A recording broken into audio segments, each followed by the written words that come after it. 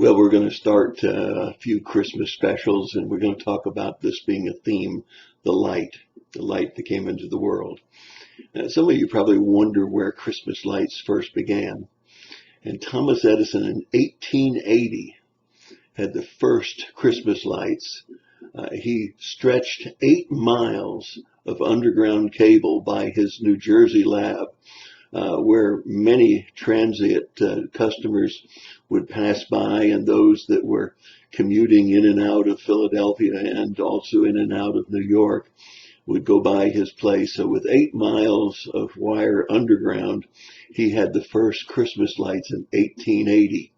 Then in 1882, he teamed up with Edward Johnson and put up the first lit Christmas tree in Manhattan, New York, and had 80 blinking red, white, and blue lights on Pearl Street.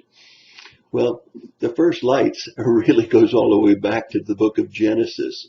In chapter 1, verses 3 through 5, God brought the light into the world. He spoke it into existence so that the world would have light.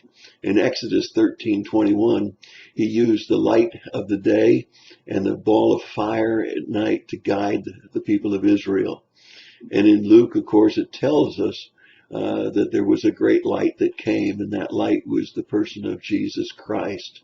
And so we're going to take a look today at Luke chapter 1, verse 17. Zacharias was being told that his son would usher in, would be the forerunner of Jesus, the light of the world.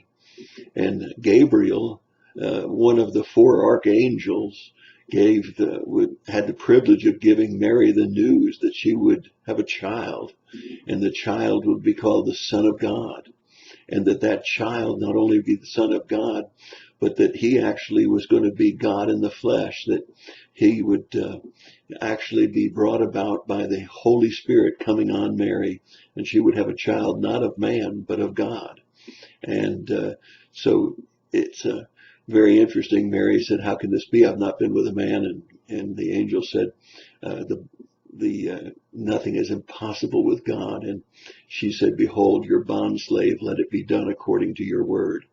What a wonderful, wonderful sacrifice she made to have to face her family and Joseph and all of the community, having a child out of wedlock.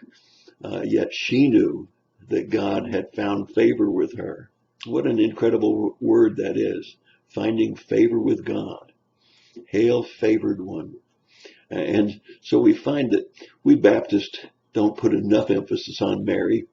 Out of all of the women in the world, God chose her to bring Jesus into this world and give him the flesh. Even though he was all God, he was also the frailty of man. But to pick her because she was a righteous woman, and because he had looked around and that was the woman that he chose. God chose Mary.